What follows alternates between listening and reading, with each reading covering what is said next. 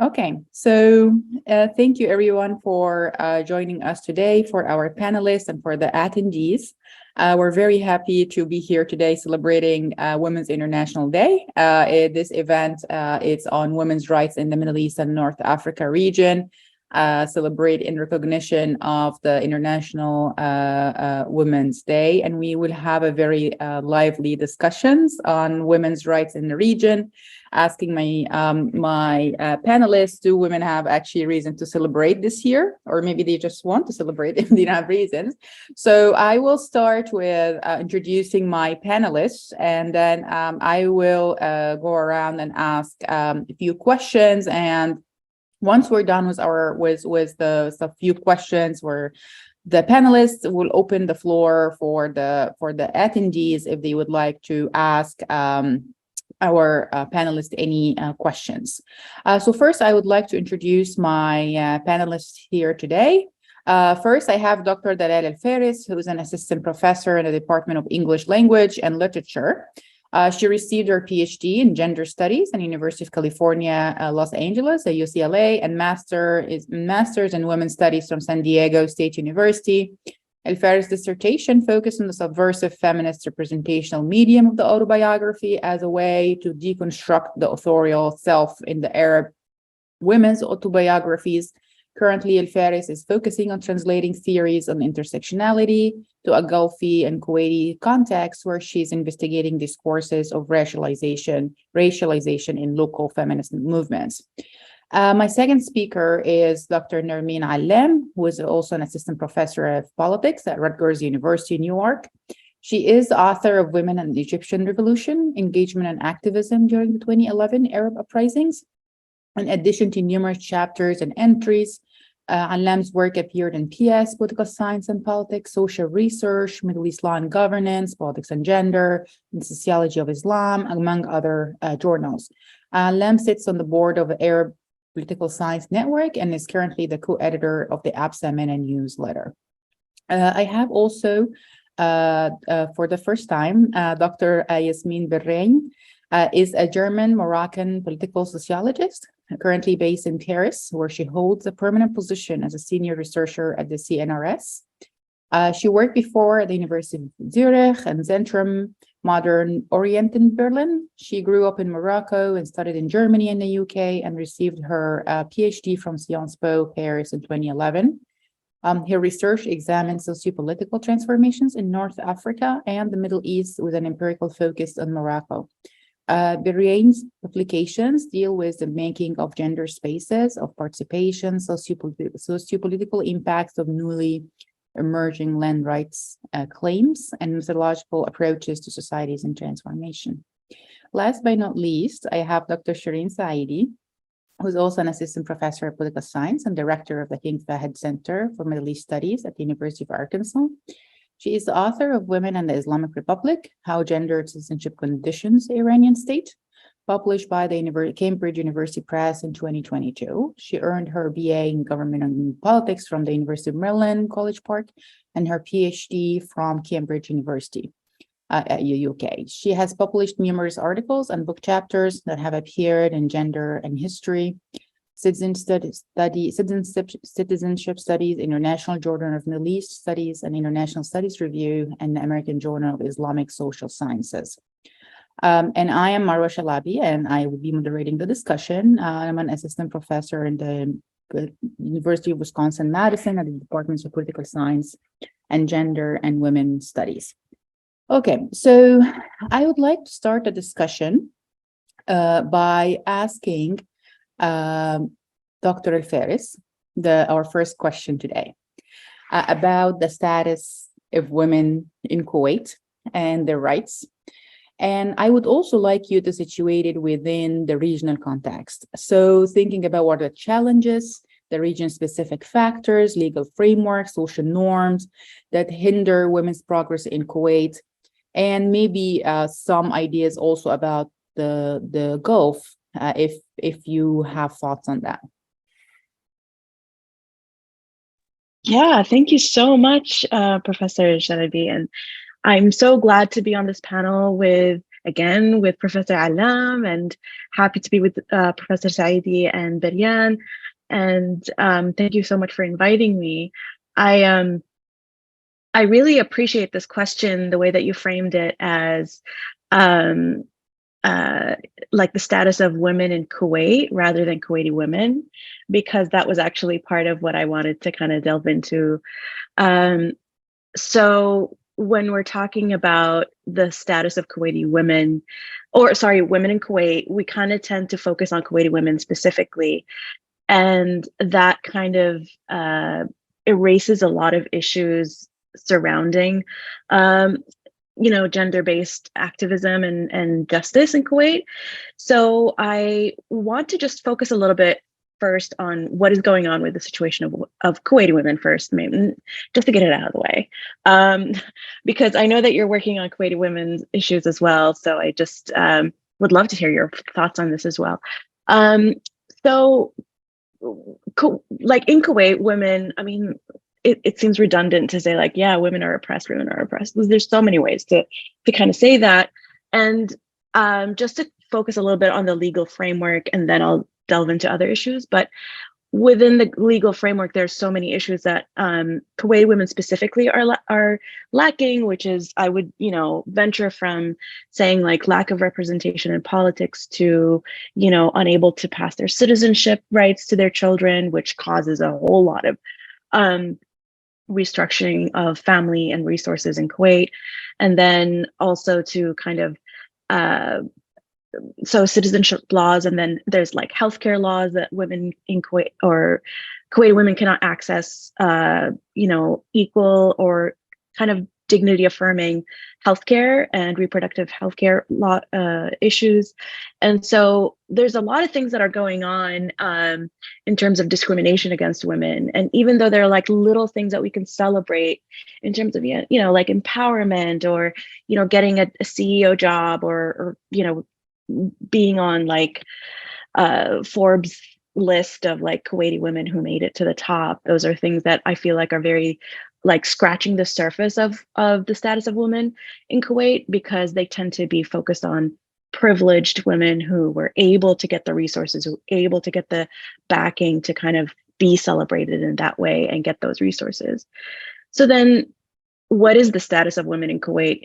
In my opinion, should be focusing on is the status of other women who are not Kuwaiti. To be honest with you, I think that even though Kuwaiti women gain some little rights, I think there's still a lot of privilege that enables them to do something outside of those realms of lack of legal rights. Whereas women in Kuwait who are non-Kuwaiti, I feel like, or I know that they kind of experience oppression on a intersectional way that like compounds the way that they make their choices and live their lives and have access to resources. So one of the first things I want to talk about is gender-based violence specifically, which is kind of an issue that is it keeps getting brought up every year, but I think last year was very prominent in the scene because there was this very brutal murder that happened to a Kuwaiti woman, and people started to actively talk about the kind of consistent and systematic violence that happens to Kuwaiti women specifically. And what I appreciated about that is that women in Kuwait who are non-Kuwaiti started to speak in digital media to talk about how their experiences of gender-based violence is different, and that they are in fact under so many structural violences that kind of stop them from really living in this place in a safe way. So I want to read this little statistic from a migrant rights activist, Batul Sariwala, who states that when thinking, inquiring, writing, and advocating for women in Kuwait, we need to remember that from the women in Kuwait, 58% are non-citizens and stateless, and 48% are citizens. So the majority of women in Kuwait are unable to access the very little rights that Kuwaiti women are granted. And so they are, if mean, there's like these two kind of invisibilities that are happening to migrant and stateless women, which is the kind of like societal invisibility that enables and perpetuates a kind of like legal invisibility. And so we see that happening within, the consistent and systematic murders and violence that happen to domestic workers, to Bedouin women who are not spoken about or have investigations followed through. And we're talking about harassment or cases of assault. We see that the state kind of perpetuates this, by willfully ignoring to seek to seek justice and information about those cases. We see that it mediates further kind of double violences as well. So I think like I really like the way that you framed your question, is that we cannot really separate issues of women in Kuwait from Kuwaiti women in Kuwait, because although the place, enables a lot of privilege for Kuwaiti women, we can see that a lot of women who live and have different kinds of identities have different visibilities within the law, which brings me to my last point. And I promise I'm going to stop. But there's a lot of talk in Kuwait about how, we need to have kind of these laws and to protect women or to protect gender minorities. I mean, okay, that's not true. They don't talk about that because it's a very gender-phobic place. But to kind of, there's this really increasing dependency on the law as if it's like the savior that will enable freedom and independence for women. And that seems to be just a cursory, like very scratching the surface for women and women's issues. It is kind of like tokenizing. It feels very like a card that it needs to that Kuwait as a state and a nation needs to play in order to gain international favors and appear that it's doing like progressive work when it's really not doing that. And I see that reflected in the region as well, when we know societally we live in a very patriarchal place that doesn't grant women a lot of agency, and that there's a disconnect between what the law is doing and what people are actually saying. So yeah, I think those are some issues that I kind of wanted to focus on. And I'm sure there are many, but we just don't really have time. So thank you so much. Thank you so much, Dr. Faris. I think I really like the point that you raised about domestic violence, and in particular being a very hot debate in Kuwait for a few years now. And if we have time in the Q&A, I would like also to ask you a little bit about Abolish 153 campaign, because I was following them very closely, and I know that they were kind of limited achievements, but there are also many gaps that they were not able to fill. So this is a question for later if we have time, but thank you so much for these thoughts that are very, very helpful. So Dr. Allam, I want to turn to you and want to go now to Egypt. So much going on in Egypt in the last few years, and just not just a few years. We know that since the uprisings, that women played a very important role during the uprisings, and you really portray this in a very beautiful way in your book, which is a must read. If people didn't read Nermin's book, it's a great book. So women, we know that women played a major role in the 2011 uprisings, but their voices continue to be marginalized, and hope is becoming is diminishing on so many fronts. So I would like to ask you, what is the status of the Egyptian women a decade after the uprisings? And in your opinion, what are the most recent advancements, something that women in Egypt would be happy to celebrate this year? Well, thank you so much, Dr. Shalabi, for the introduction and for the shout out. And I feel starstruck to be presenting among so many wonderful scholars and colleagues. And thank you for the GLD Governance and Local Development Institute for the invitation. So speaking to Dr. Shalabi's question, when we closely look at the post-uprising landscape in Egypt, you will notice some advancements and reforms. But when you juxtapose them to the regime's approach and its crackdown on independent feminist groups and women's rights organizations, you're kind of left scratching your head, looking at what seems like an attempt to have feminism, but without the feminists. And this, in my opinion, it kind of sums up the story of the recent gains and losses in the agenda of women's rights in Egypt. And it does speak to Dr. Alfares' point as well in Kuwait. So, for example, when you look at the recent trends in women's rights representation, informal representation in Egypt, in 2019, the current president, Abdel Fattah el-Sisi, pushed for an amendment. The amendment promised to allocate 25% of parliament seats to women. The amendment also included articles expanding the 2 presidential terms allowed for the president from 4 years to 6 years. And the amendment passed. And thus, in the most recent 2020 parliamentary elections in Egypt, more than a quarter of the seats went to women, which was a historical first for women in Egypt. Currently, the cabinet in Egypt also includes 8 female ministers. I think it's 7 now. Another historical first is in 2021, the Egyptian Supreme Council of the judicial bodies made the historical decision to approve women's appointment as judges and prosecutors to the State Council and to the Public Prosecution Authority. And these judicial bodies have been historically very resistant to appointing women and continue actually to be very resistant to appointment women. The appointments were actually done on an exceptional base, which of course raises a number of issues and limitations. So if we are to look at the representation of women in formal politics, we can identify some progress and some reforms. But 2 quick points on these developments.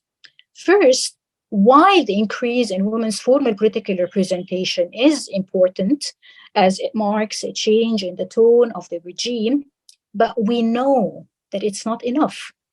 We know that the add and steer approach, the add some women, but still produce the same policies, that it does not sufficiently address the challenges facing the agenda of women's rights and gender equality, especially in the case of Egypt, where the state claims to champion women's rights through increasing the representation in formal politics, while at the same time, the regime moved to target independent feminists. And this creates a kind of a dangerous situation if you get to think about it. Why?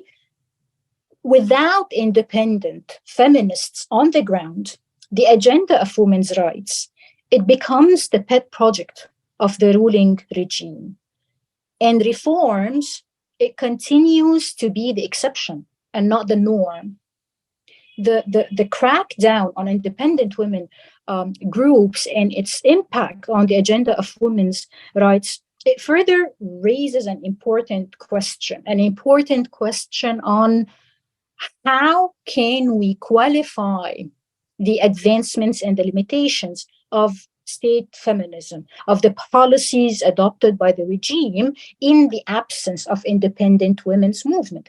How can we evaluate the limitations of these reforms while not also flattening the significant work that is carried out by women parliamentarians or women in judicial positions? And this is something that has been coming out in the literature right now, is the important work by my colleague Marwa Shalabi, Aili Mir Tripp, on how, and others, on how really the work shows the limits of these policies, but while also highlighting the significant work that some of these women in parliaments, the significant work that they carry out. It shows that their work shows how the narrative that they adopt is still important, notwithstanding the limitations of these policies of state-sponsored feminism. So in sum, and I will conclude with this thought, legal reforms and the existence of a healthy and thriving independent women's movement,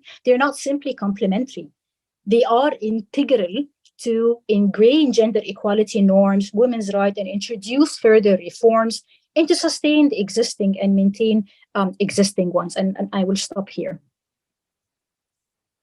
Thank you so much, Nermin, for this great overview on the status of women in Egypt over the last year. And I would like to turn now to Morocco, which I tend to think as a big hope story in the Middle East.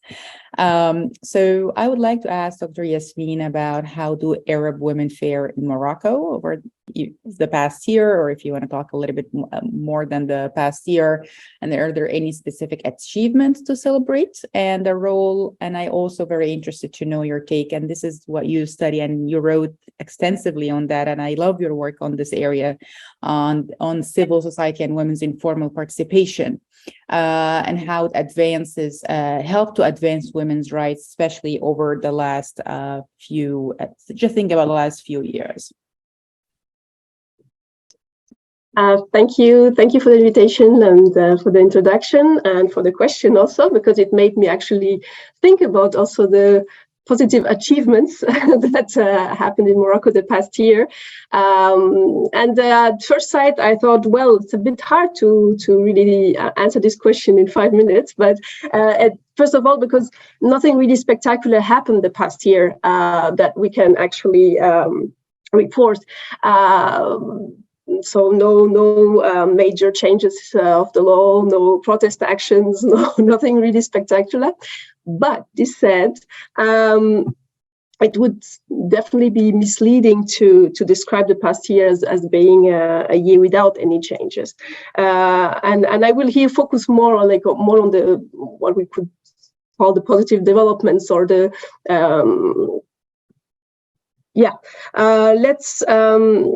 let's say that the past year was interesting because it's during the past year we witnessed how certain key debates around women's rights were relaunched and intensified.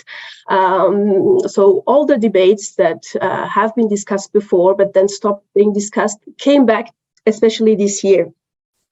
And the deliberations that surrounded these debates were not only led by civil society actors, and this is the interesting change, that they were also led by public officials, state officials. This is not here to overestimate the role of public officials into and the changes of laws, but especially pinpointing to the fact that these debates are entering also the realm of public policies, of trying to think about reforms, for example. So let me focus here on three main topics. So the first topic and the main topic I will focus more here is the issue of the reform of the family law. So as you know, Morocco was quite famous in 2004 for changing its family law and having a new mudawana. And it was seen as an important achievement at that time.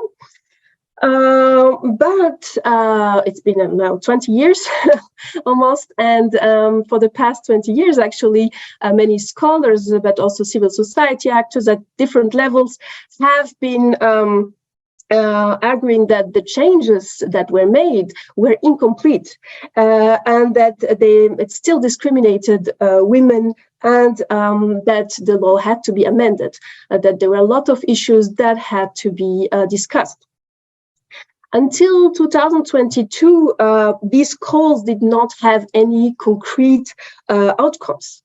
So there's a new trend now that started to the debate over the need to reform or to change the family law has been restarted, relaunched in 2022. And this actually started because in July of this year, last year of 2022, the king, Mohammed VI, so dedicated 1/3 of his throne speech, like this annual throne speech, to the issue of women's rights and the need to reform the family law. And in this speech, he first spoke about the need to better implement the existing law, so also showing the existence of malpractices, and especially at the level of family courts and judges.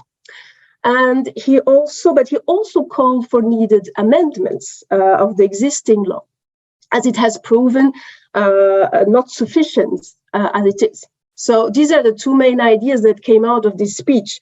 And the reason I'm highlighting this speech is the importance that actually the speeches of the king have in Moroccan politics. I mean, during the past years, every major reform or change had actually started whenever the king made a speech or decided to make this a big project, a reform project.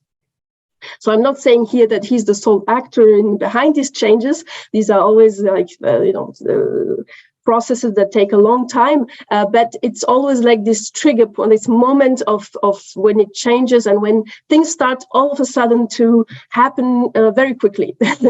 And this is what happened also after the July speech, when, for example, the Minister of Justice, for example, appeared several times in the media to give first insights about the way his ministry is preparing for upcoming reforms that are expected to happen as soon as 2023. So you see, things go very fast. So he speaks about legal reforms, but he also speaking about changing existing infrastructures, for example, having more family courts for women to be able to actually go and claim their rights. But what happens also with the speeches of the king is that not only public officials start trying to find solutions to actually answer his call, but also civil society actors see this as an opportunity to actually express their thoughts about these issues and to shape or to give propositions in order to contribute to these changes. This is what also happened since July, that the civil society organizations started organizing, creating coalitions of actors and organizing meetings, conferences, publishing memorandums. The press has started discussing the issue. So this whole debate started, and I think this is a very crucial moment when you actually start talking about things, because this is the whole problem is about not talking about them as if they were not a problem. So starting to debate, also not everyone is agrees with some of the changes that are suggested by especially feminist organizations, but there is a discussion So what the topics are, of course, guardianship rights. I'm not going to go into details here, but we can discuss this later.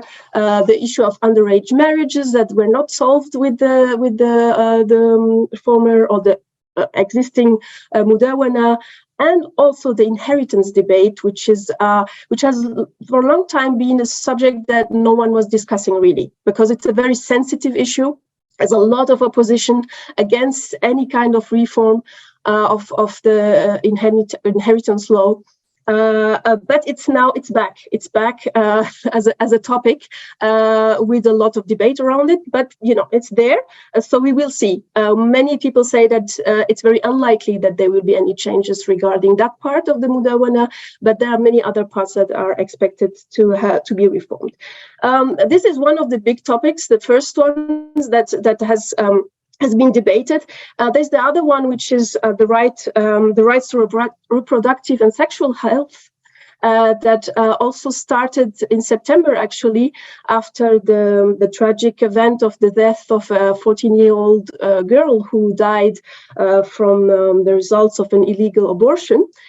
And this launched a discussion around the need to legalize abortion under certain conditions. And there's this whole discussion about what conditions, how, and this opened the door also to a discussion about, the right of women to decide about their body and what roles should the doctors play here in this process, etc. But also the issue of sexual freedoms and the status of single mothers and their children. This is a whole package that actually comes together with all these topics. It started to be discussed also, in the past month. And the last point that I found interesting is that it's a completely different issue, but I think also very important issue, which is that of the value of women's testimonies in Morocco. For example, you might know that in 2018, women were first allowed to become adul, which is officials who are authorized to perform certain legal formalities, like for marriage and inheritance, etc. And until now, this was really a job only for men. And since 2018, the first women were allowed to enter this profession. They have since started working as a female adul, which is a huge step forward, because this was not unthinkable before. And in 2023, a few months ago, they went a step further, because there's a draft law on the organization of the profession of adul that was published that actually gives women the right to testify like men. Until now, one man was the equivalent of two women's testimonies, and now there will be one man equates one woman's testimony. Which is really, again, quite a change. So I wanted to focus more on this aspect of not so much, we don't know what these changes, how they actually are going to happen, what these reforms are going to look like, etc. This is a whole other story. But actually starting to talk about these issues and starting a debate is, for me, quite an essential part of the whole process. Thank you. Thank you so much, Dr. Yasmin. That's a very comprehensive overview of the advancements in Morocco last year. I would like to turn to Dr. Shireen, and I know Shireen, you had so much going on this last year in Iran, and you actually have really great insights that I heard before on the protests, and I wanted to invite you today to share them with the group and our attendees. So the first question, I know that you get asked this a lot this last year, but about the protest and how Iran been rocked by one of the largest protests in years following the murder of Mahsa Amini last September, and women taking the center stage of this protest. So in your opinion, what are the gains that women got since the onset of the protest? And I also want to ask you, are these gains specific to a specific group, specific class of women? Are these gains cross-cutting? So what do you think about that? Hi, Marwa. Thank you so much for inviting me, and happy International Women's Day to all of my distinguished panelists here. It's an honor to be with you. So I am also very grateful for this first question, because I think there is some hesitation or refusal among some activists and leaders in the diaspora to recognize the gains that women have made. So I am very excited on this important day to review them. I think there are two major gains, and then there are other issues that come up under each one. So the first one is that the women's movement is seen as a serious player in national and international politics. And this is historic. I think, based on my years of research in Iran, there are factions of the state that certainly always knew that that women's movements could potentially threaten the state's Islamization projects or sovereignty, even perhaps. And so this was not something that was unexpected for the state. But I distinctly remember, the many years I did field work in Iran, talking to people in society and hearing them say to me, oh, we don't have any such thing as a women's movement. What are you talking about? So in that sense, I think the protests that we have seen since September in Iran, first of all, have a very long history. They go back, if you want, modern Iran, but most immediately in the post-1979 period. I talk a lot about this in my book, but Iranian women have always been at the forefront of, pushing for progressive change and reform. And so one of the main arguments I make in my book is that actually the state, the Islamic Republic, has really been forced for the last 40 years to catch up to society, and women have been leaders in initiating that process. So finally, I think for society to see that, for it to be so visible and explicit, is definitely a cause for celebration. The second gain that I would argue that women have made is that we're just seeing more women without hijab in the public sphere. So I think this poses a very interesting discussion around law and change in the Middle East, because some panelists are talking about issues pertaining to the law. So the law has not changed in Iran, but we see women, increasingly, especially younger women, coming out dressing as they wish. There's this beautiful trend in social media where young women are they're posting images of themselves for the first time in the metro without the mandatory hijab going to the bank. And so that certainly, I don't take that lightly. And we have to remember that thousands of people were incarcerated. Many women were blinded, and many were killed for simply, reclaiming a woman's right to have autonomy over her body. So in that sense, I think Iranian women have a lot to teach the world. And unfortunately, and I'll talk about that hopefully later, because of the extensive attention that diaspora leaders have attracted in the process of what I would argue are efforts to hijack the movement inside Iran, we have not, as scholars and journalists, because many of us have been violently threatened, we have not had the opportunity to really open up about the gains and the new approaches and the creativity that we're witnessing on the ground in Iran. So I hope in the coming months there will be more discussion about that. So you also ask about, is this, are the benefits towards a particular group? Absolutely. So in the first instance, let me say, I think all women in Iran and women in the diaspora, Iranian women in the diaspora, and other women are benefiting from the resistance that's happening in the country. But in terms of women who are under more pressure, it would definitely be working class women and women that are working perhaps for the government or in official places, because there are reports that in a lot of spaces, for instance, if you want to open up a bank account, if you're going to the university, women are being harassed around the issue of how they dress. So definitely, I would say working class women and women that are, dependent on perhaps, single family income, they are more under pressure than other women.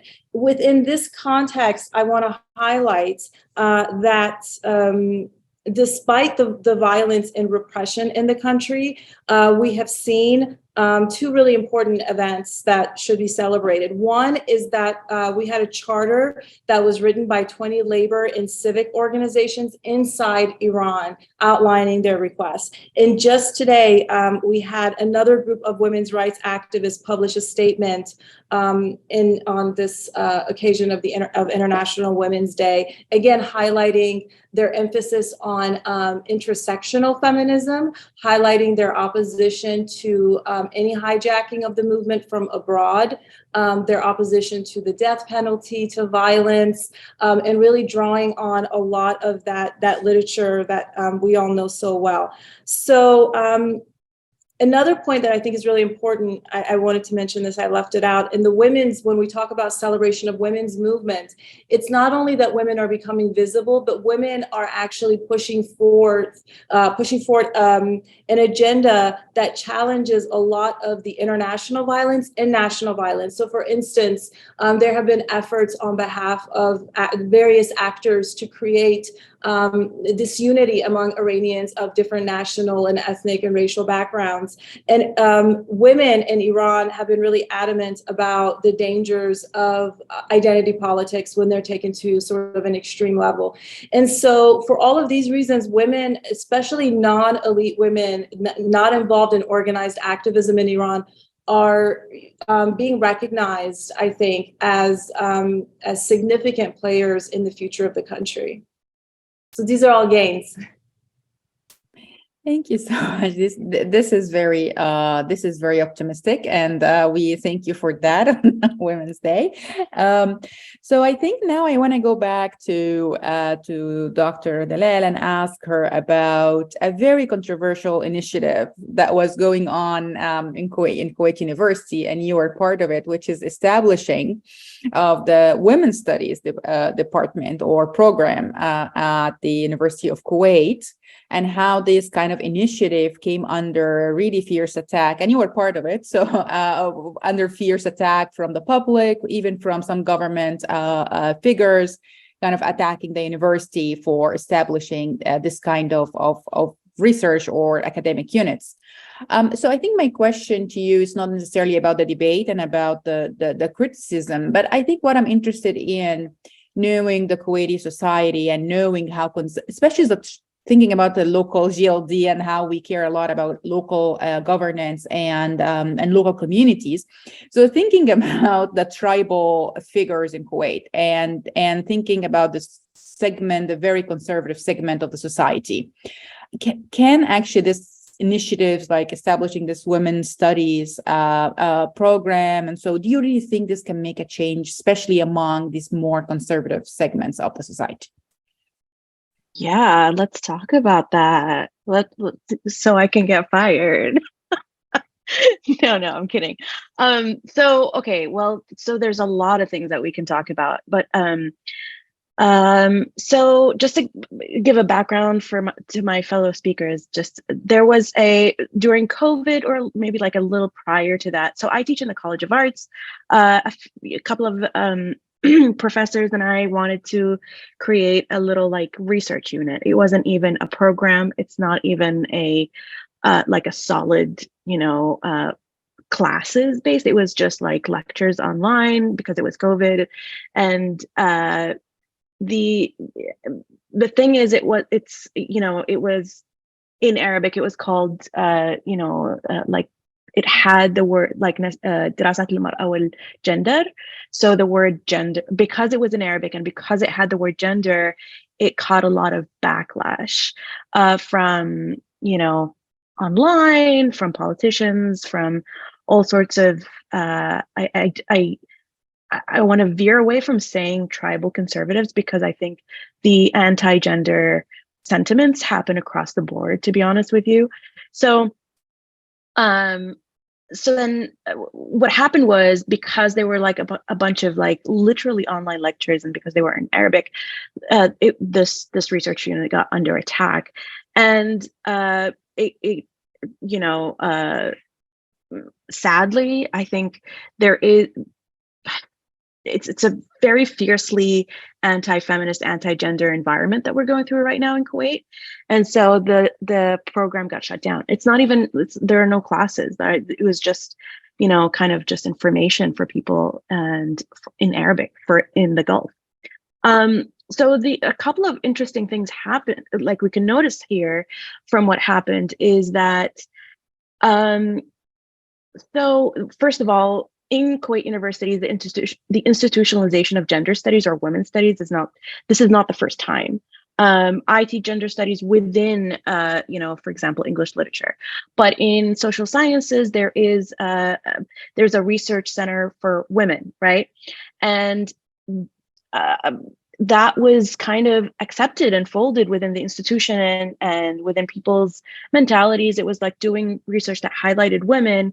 But there's an interesting perspective of how this research unit got under attack and I think it's because somehow, and I should have a better intellectual opinion about this, but there's like during COVID, there's this like very specifically anti-gender, anti-feminist rhetoric, and I think that was going along with the anti-harassment campaigns, with the online campaigns that highlighted gender-based violence and femicide, and so there's just been this like fiercely anti-gender politics. And if we look at it, it was not just happening societally, it was happening on a state level, it was happening institutionally. There were state-funded lectures where they brought, for example, where like speakers from in Wazarat al-Awqaf, I don't know how to translate that, but like it's like a state-funded program where they brought in like speakers who would talk about the dangers of feminism. And here we're talking about Nasawiya. And the word Nasawiya or feminism really gains a lot of like traction because of its conflict, like because it arises from a conflict with patriarchy. It challenges all that stuff about, you know, restrictive gender rules. Whereas if we talk about huquq al-mar'a or women's rights, that's kind of contained within the state, contained within the national rhetoric, contained within the state, the societal politics, because it's just like, you know, very tame. So I think what's going on is happening on a multi-level anti-gender, anti-feminist wave. We're writing a reactionary kind of like we're seeing the rise of men's rights discourse. I see it in my students. So kind of just like translating Jordan Peterson, but also we have what's happening also recently. There's been this like specifically homophobic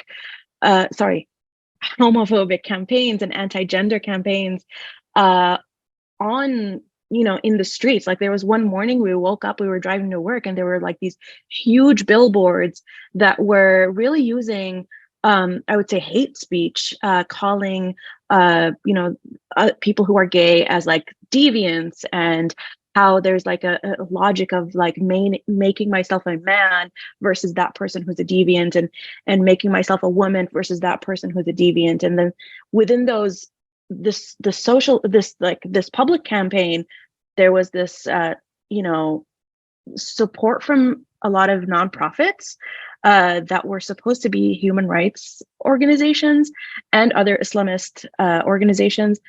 And so there's like a general reactionary discourse that's happening socially that is specifically anti anything that shakes up gender, you know, gender norms and gender politics. And so it's a kind of state, national, societal wave. And it's really disheartening because I see it, it's something that is like constantly something that we have to do, in face of, in opposition to, for example, having these like state funded or kind of like accepted feminist campaigns that are like under the women's flag and all that. But really, when we're talking about like revolutionary politics, when we're talking about actual justice and eradication of you know, discrimination and hatred against gender minorities and women, and you know, expats and migrants and disabled people, that stuff is heavily combated by society and the state. Thank you so much, Dr. Faris. I think I have one question for each of my panelists, and I hope that like I will give 5 minutes. Let's stick to 5 minutes each of my panelists today, so we can get some questions from our attendees too, if people have questions. So Dr. Allam, I want to turn back to you. And I want to ask you a question. It's a hard question that I struggled with a little bit with my own work. And I think in more recent projects on gender and the work that we do, so one of them is Ellen too. We struggled a lot with this question. The question about the shift in social and cultural attitudes as they relate to gender. So something that we were noticing recently in work that we do in the region is that, yeah, there is political stagnation in the Arab region that we know. That is not that much change from a political perspective. That's very clear. But at the same time, when it comes to shift in the social and culture attitudes, it is happening. There is a transformation in these attitudes. It is slow, but it's very observable among the youth and certain social classes. So how would you describe this change in Egypt, for instance? So I know a place that you know so much about, and how you think it will affect the gender roles, not maybe necessarily in Egypt, or just like more generally in regional kind of insights, if you have any. Okay, excellent. Can I answer by sharing a story? So in my first book, I studied women's participation in the 2011 Egyptian uprising. And towards the end of my field work for the book, themes of despair and disappointment became fundamental feature of my interviews in 2014, and I would say even more intensely in 2017. Participants described their sense of disappointment, their sense of despair, even futility. But however, whenever I asked if that was it, if that was the end of change and reform, they would quickly assert, not yet. So participants often asserted that their experience of collective action, that it has changed them, and that things cannot return to the old days. However, things in Egypt can seem worse in comparison to the old days, which leaves the question of what really changed unanswered. In my new project, I show what changed by looking at the aspect that Professor Shalabi raised, by looking at how women's participation in the uprising, how it has introduced key sociocultural changes in Egyptian society, and how these spilled over into the broader society. So, for example, one key sociocultural change can be observed around the issue that was raised by Dr. Faris and Dr. Brian and Dr. Saidi, is the question of bodily rights, women's bodily rights.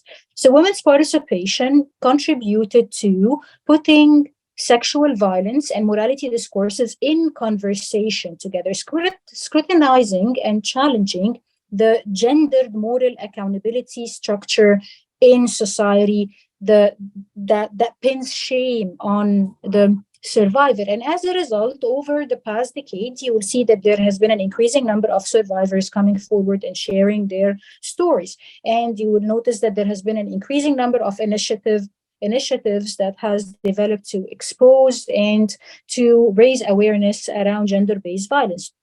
And this new gender awareness and sociocultural changes in the society, it can also be observed in some life choices. So in my research, participants described how they have been pushing for openings within their own families, how they have been choosing different life courses. So, for example, the decision to remove their hijab, to move out of the family house, shifts in their careers, marrying later. And while not conclusive, but their decisions suggest that there is a further shift in attitudes and openings of opportunities for following the uprising. And of course, access to these openings, however, it does vary across the urban and the rural divide. And beyond the experiences of women in the uprising and its effects on Egypt's sociocultural changes, surveys coming out of the region, such as the one carried out by Professor Shalabi and such as the one carried out by the Arab Barometer, also underscore this shift. They underscore this positive shift in gender attitudes in Middle East and North African societies. And the significance of this sociocultural changes in the long run, and I will conclude with this point, is that these changes, they promise to chip away at gender inequalities and power hierarchies and introduce long-term changes.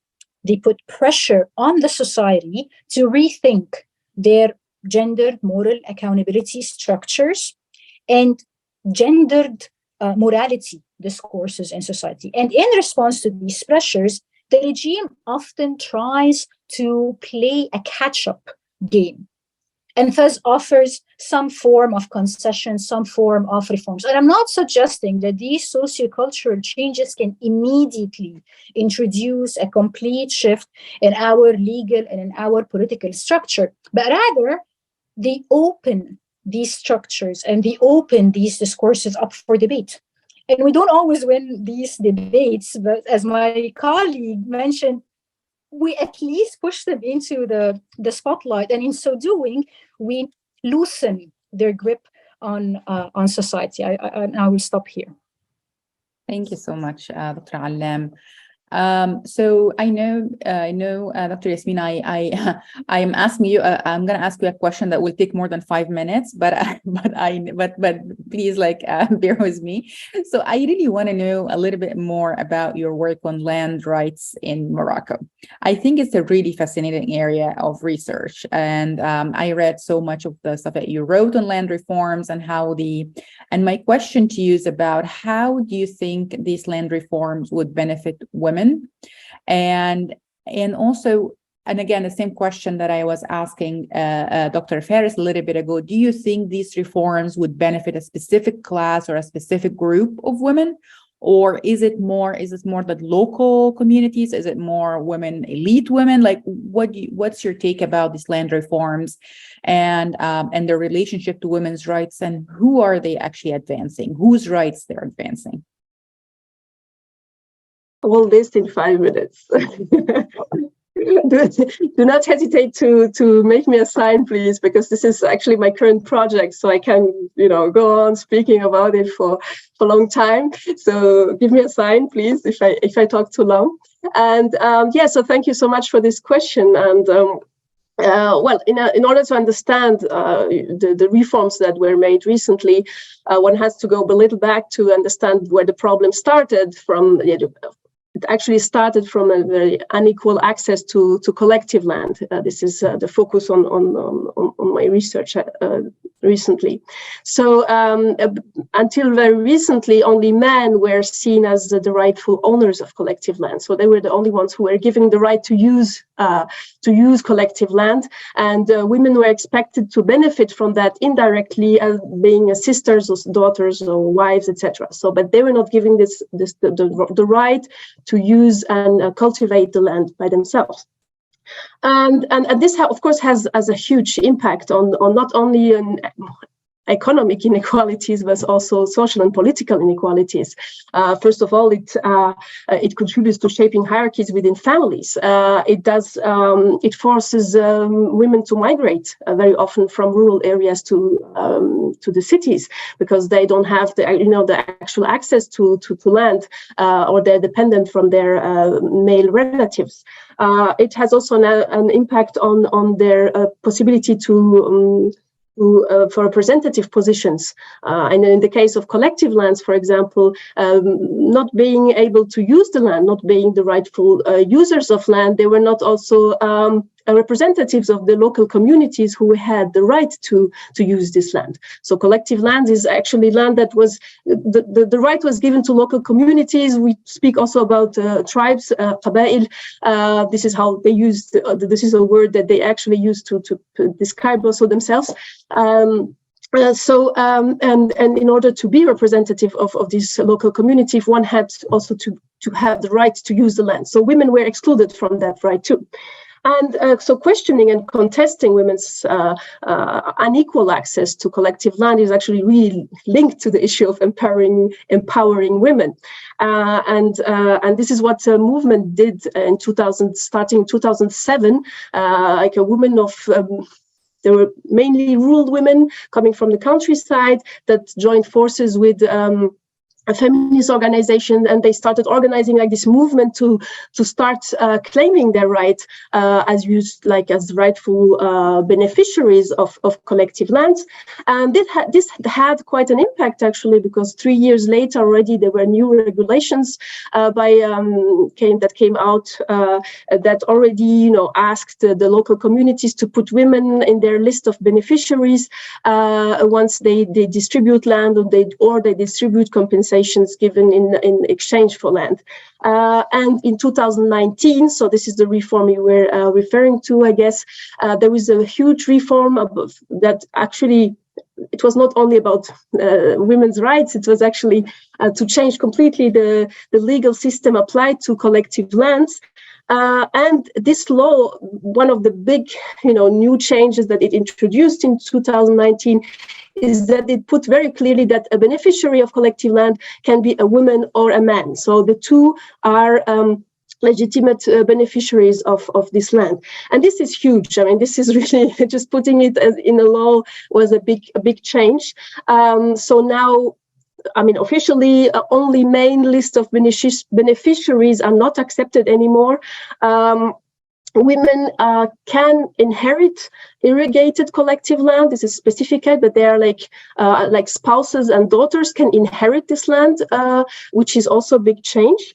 And in some cases, even they became representatives of local communities because they were, as also land, beneficiaries. They have become representatives. They call it ne'ibet. So this is also a big change, because when I started working on this project in 2012, everyone was telling me this is just impossible. You cannot think about that. This is not a thing for women. So now we have the first ne'ibet. But this said, this is a huge change, but there are still many difficulties on the ground at the level of the implementation of this law, of course. So, of course, there is this element of the resistance of local communities, but also of local administrations that do not always comply with the new rules. That has triggered a lot of conflict within families, because, of course, this is an issue that is about transmission of rights. It doesn't only the family is the first unit in which these rights are negotiated. And so now this is an issue that the courts are dealing with more and more, but a lot of conflict started in the families because of that.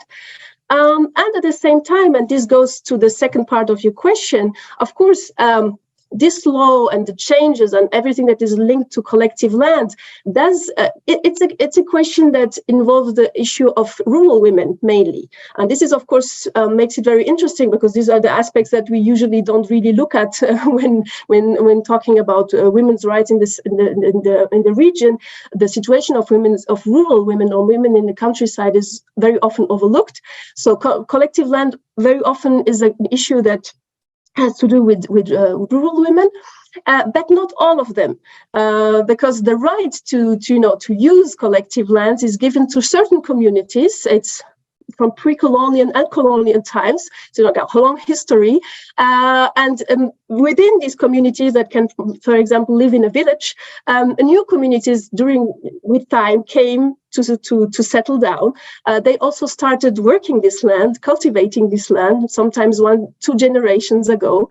But they cannot prove that they have like a genealogy that links them to this first community that was given the right to use the land.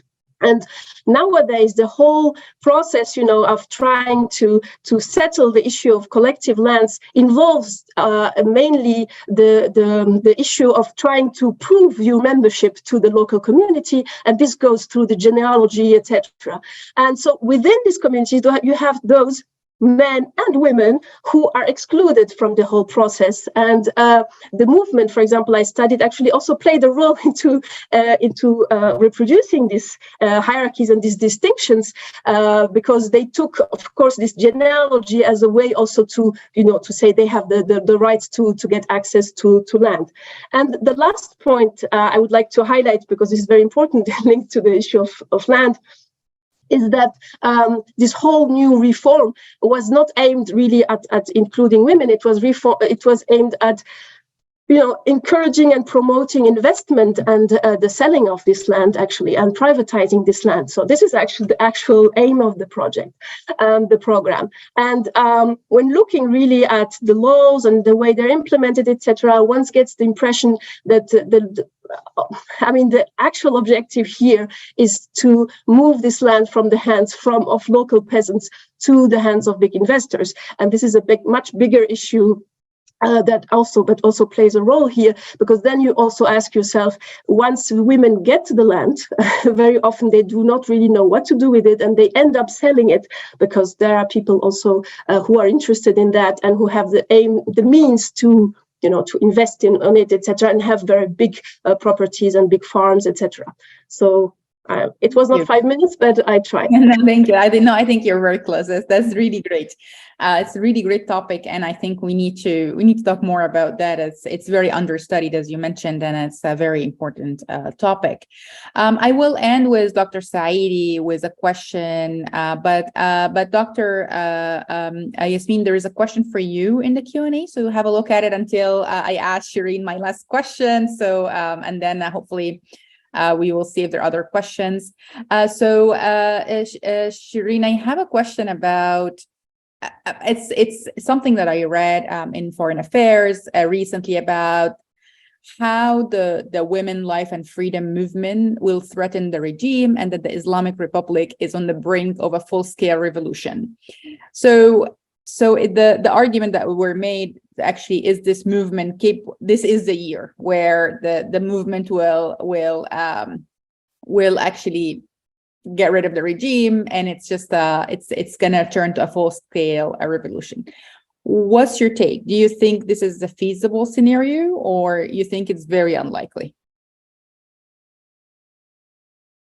Thank you for that. Another very important question. So let me start by saying that I am not even sure that the woman life freedom is a movement in the sense that, they have cohesion, they have very explicit demands, there's organization.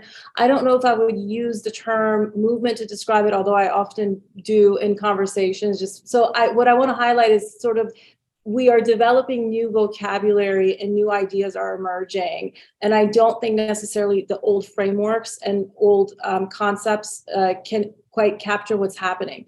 So I'm not sure it's a movement, or is it an idea? Is it, was it a series of protests? That's up for debate. A lot of the newer literature, as you know, about revolution highlights that the boundaries between revolution, protest, and reform are not so clear anymore in the contemporary era. But so, we have to keep all of this in mind. But in terms of, is the state on the verge of having a turnover of power from one kind of regime to another? I don't think so. I think that, I agree with Professor Asif Bayat's analysis that this is not even a revolutionary situation yet, but certainly we are on a revolutionary path. So I say all of that, but I don't mean to undermine what has happened. What has happened is historic. It's incredibly significant. And the future of this unrest, I think, really depends on two things. One, how the Islamic Republic chooses to approach its governance structures from this point on. And so I would argue, again, echoing Professor Bayat, in agreement with him and many others, unless the state pursues radical reform and does so immediately, in its structures, I think we will definitely witness a revolution, perhaps even in the near future, if those changes are not implemented. The other issue that comes up is really the role of the diaspora. And so, as I mentioned before, there are some leaders such as Reza Pahlavi, Masih Alinejad, who are really hijacking what's happening inside the country to kind of stage themselves as leaders. And so they are meeting with European officials, and they are, kind of staging these interventions that look really significant, but they are not necessarily. But what they're doing is damaging what's happening in the country, and really significantly disconnected from what's happening in the country. And so, to give you an example, there was a meeting in Brussels earlier in February, I believe. And during that meeting, there were protests by the opposition. And during those protests, we had statements sent from George W. Bush, Bolton supporting the rally. We had a statement by the NATO Secretary General, and I want to read it to you because I think it's really that significant. He states, as you know, NATO is a very powerful Western military organization, so it's a very important pulse. And he says this during a rally in Brussels to Iranian opposition members. And so we are, I think, at a very sensitive moment in how the diaspora, moves forward. And I do think there's certainly positive and empowering things that the diaspora activists can do. But we need to have more open and critical conversations around that. The idea of siding with, so for instance, a lot of the opposition leaders are siding with anti-abortion, anti-LGBTQ leaders, anti-women's rights leaders in the Western context, including Jordan Peterson, I believe. And so this is something that is definitely not part of the vision from as far as I can see, based on my reading of the statements coming out from protesters, people inside prisons in Iran. This does not seem to be a part of the vision that they have for the future of Iran. So I think what's happening in the country is really, normally when these kinds of things happen in the West, the whole world looks at it and studies it and says, oh, what is this moment teaching us? What are the new ideas and concepts, especially as political scientists? And I think we need to be doing that right now. As scholars, we need to be studying Iranian politics with that same level of curiosity, enthusiasm, and hopefulness in a way.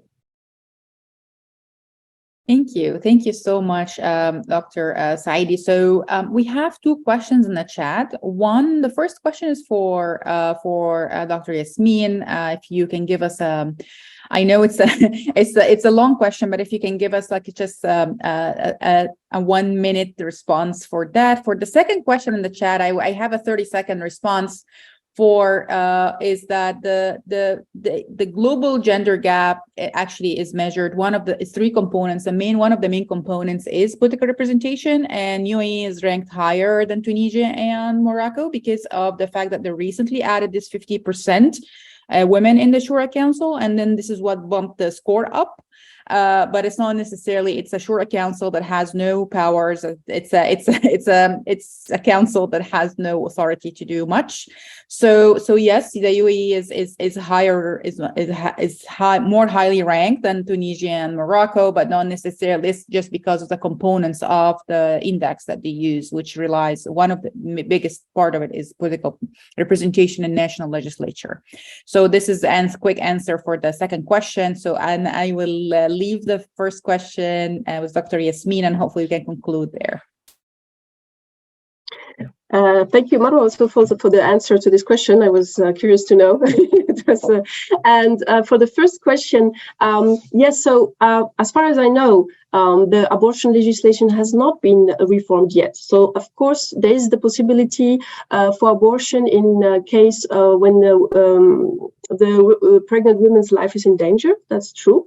And in June of 2022, there was a proposition that was made for a change of law by one of the leftist parties government or the parliament to do what you put in your question, for example, to include rape, incest, and fetal problems as one of the reasons to make abortion legal.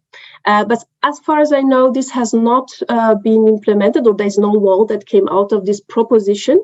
And there's still a discussion around that today, these days. I mean, 2 days ago, there was a conference around that that I followed, and it was very interesting to see the many, different positions around this issue.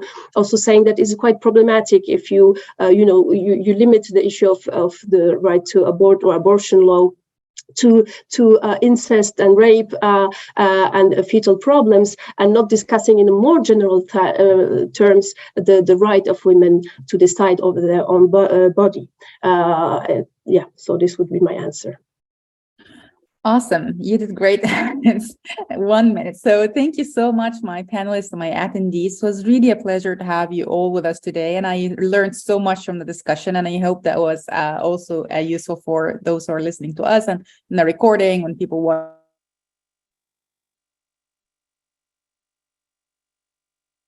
And happy International Women's Day.